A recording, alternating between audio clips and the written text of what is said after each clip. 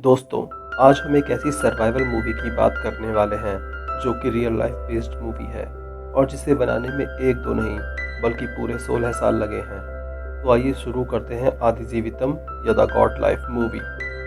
Movie की शुरुआत Saudi Arabia के एयरपोर्ट से होती है, जहां पर हम दो मलयाली दोस्तों नजीब और हकीम को देखते हैं जो कि बेहतर नौकरी और ज़िंदगी की तलाश में भारत से सऊदी अरेबिया किसी कंपनी में काम करने आए थे, ताकि वहां पर काम करके वह भारत में एक बेहतर ज़िंदगी बिता सकें। एयरपोर्ट पर अपने डॉक्यूमेंट्स चेक कराकर वो दोनों बहुत देर तक कंपनी की तरफ से किसी के आने का इंतज़ार करते हैं, लेकिन बहुत देर हो जाने पर भी उन्हें लेने के लिए कोई नहीं आता।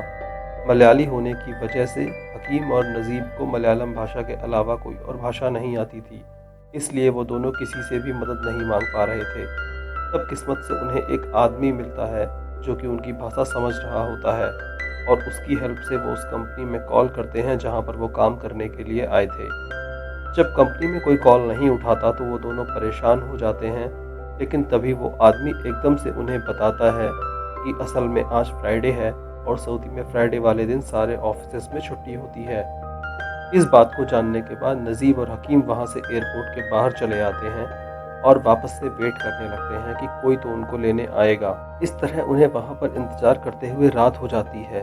तब वो अपनी तरह और भी काफ़ी लोगों को देखते हैं जो कि अलग अलग देशों से आए थे। और अजीब बात यह थी कि उन सभी की कंपनी वाले लोग उन्हें लेने के लिए आ गए थे, जबकि हकीम और नजीब को अभी तक कोई भी लेने नहीं आया था।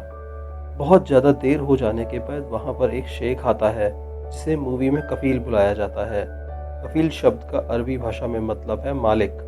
कफील वहां आकर नजीब और हकीम का पासपोर्ट चेक करता है और समझ जाता है कि उसमें कुछ गड़बड़ है। नजीब और हकीम को यह लगता है कि कफील कंपनी की तरफ से उन्हें लेने के लिए आया है, इसलिए वो दोनों उसके साथ जाने के लिए राजी हो जाते हैं। लेकिन जब कफील उन्हें एक पुरानी सी जीप में बैठने को कहता है तो वो दोनों थोड़ा अजीब महसूस करते हैं, क्योंकि उन्हें एजेंट ने बताया था कि उन्हें एयरपोर्ट पर एसी वैन लेने आएगी। वो दोनों कफील से इस बारे में और कंपनी के बारे में जानना चाहते हैं, लेकिन मलयालम भाषा के अलावा कोई और भाषा ना आने की वजह से वो दोनों कफील से ज़्यादा सवाल नहीं कर पाते और कोई और रास्ता ना होने की वजह से चुपचाप कफील के साथ उस जीप में बैठ जाते हैं। तब हम देखते हैं कि कफील उन दोनों को लेकर एक रेगिस्तानी इलाके में आ गया था, जहां आने के बाद वो एक और शेख से मिलता है और अब वो हकीम को जीप से नीचे उतारकर उसे उस शेख को सौंप देता है। तब नजीब और हकीम दोनों में से किसी को कुछ भी समझ में नहीं आता, लेकिन अब तक उन्हें इतना जरूर समझ में आ गया था कि वो किसी गलत आदमी के साथ आ गए हैं। दरअसल वो एजेंट और कंपनी फर्जी थे जिन्होंने हकीम और नजीब से सऊदी में नौकरी दिलाने के नाम पर पैसे लिए थे, इसलिए इन दोनों को कोई भी एयरपोर्ट पर लेने नहीं आया था और कफील इनकी मजबूरी का फ़ायदा उठाकर इन्हें रेगिस्तान में गुलामी कराने के लिए एयरपोर्ट से ले आया था। यहाँ रेगिस्तान में आकर कफील ने हकीम को किसी दूसरे शेख को बेच दिया था, जबकि नजीब को अपने पास रख लिया था। जब दूसरा शेख हकीम को अपने साथ लेकर जाने लगता है तो दोनों दोस्त शेख से उसे अलग ना करने के लिए गिड़गिड़ाते हैं, लेकिन किसी भी शेख पर कोई फर्क नहीं पड़ता। तब कफील हकीम को वहीं पर छोड़कर नजीब को लेकर निकल जाता है।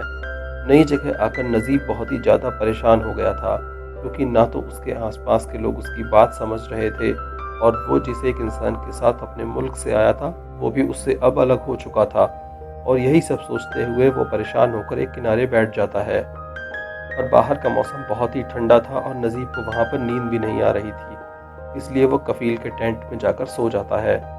अब हम पास्ट का सीन देखते हैं जिसमें हमें पता चलता है कि नजीब सऊदी आने से पहले इंडिया में नदी से बालू निकालने का काम करता था और वह अपने एक साथी संतोष के साले के रेफरेंस से सऊदी अच्छी नौकरी की तलाश में आया था। यहाँ तक कि एजेंट की फीस के लिए उसने अपनी बीवी के गहने भी गिरवी रख दिए थे। अभी हम देखते हैं कि अचानक से नजीब का जो कफील यानी कि मालिक होता है उसको लात मारकर उठा देता है और बाहर जाकर सोने के लिए कहता है। जब अगले दिन नजीब की आंख खुलती है तो उसकी मुलाकात उसी जगह मौजूद एक बहुत ही बुरे हालात वाले बूढ़े आदमी से होती है, जो कि कई साल से कफील का गुलाम था और वहाँ पर भेड़ों और ऊँटों को चराने का और उनका दूध निकालने का काम करता था। उस बूढ़े आदमी को हिंदी आती थी, इसलिए नजीब उससे टूटी फूटी भाषा में बात करने की कोशिश करता है और तब वो बूढ़ा आदमी उसको दूध देकर कफील को देकर आने के लिए कहता है, मगर नजीब को उसकी बात समझ नहीं आती और वह खुद उस दूध को पी जाता है, जिस पर पहले तो बूढ़ा आदमी उसे डांटता है और फिर नजीब को और दूध देकर कफील को देकर आने के लिए कहता है। फिर नजीब कफील को दूध देने जाता है और उसे दूध देने के बाद समझाने की कोशिश करता है कि वह वहाँ पर धोखे से फंस गया है, लेकिन कफील उसकी बिल्कुल बात नहीं सुनता और अरबी भाषा में उसे बूढ़े आदमी के पास जाकर काम सीखने के लिए कहता है। फिर हम देखते हैं कि कफील बहुत मोटी मोटी रोटी बनाता है और एक रोटी नजीब को खाने के लिए दे देता है, लेकिन रोटी के साथ कुछ न होने की वजह से नजीब को वो रोटी पानी में डुबोकर खानी पड़ती है। नजीब इन सब बातों से बहुत परेशान हो जाता है और वहाँ से निकलने का फैसला करता है। इसलिए वो बूढ़े आदमी के पास जाकर उससे रोड के बारे में पूछता है और तब जाकर उसको पता चलता है कि रोड वहाँ से बहुत ही ज़्यादा दूर है। साथ ही साथ उस बूढ़े आदमी को तो यह तक याद नहीं है कि उसका नाम क्या है और वह खुद वहाँ पर कितने साल से फंसा हुआ है। रात होने पर नजीब सो जाता है और जब अगले दिन सुबह नजीब की आंख खुलती है तो वह पानी लेकर फ्रेश हो रहा था, लेकिन तभी अचानक से कफील आकर उसे मारने लगता है और पानी छीनकर ले जाता है, क्योंकि वो लोग वहाँ पर पानी पैसे से खरीदा करते थे और पानी वहाँ पर बहुत महंगा था। और तब वह बूढ़ा आदमी नजीब को रेत का इस्तेमाल करने को कहता है।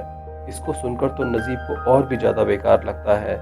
तभी वहाँ पर पानी भरने वाला टैंकर आ चुका था, जिसके ड्राइवर को देखकर नजीब उससे हेल्प मांगकर खुद को वहाँ से बाहर ले चलने के लिए रिक्वेस्ट करता है, लेकिन वो आदमी नजीब की कोई हेल्प नहीं कर पाता, क्योंकि वो कफील से दुश्मनी नहीं चाहता था और अपने काम से काम रख रहा था। कफील नजीब को उस आदमी से बात करते हुए सुन लेता है और उस आदमी से पूछता है कि नजीब उससे क्या कह रहा था।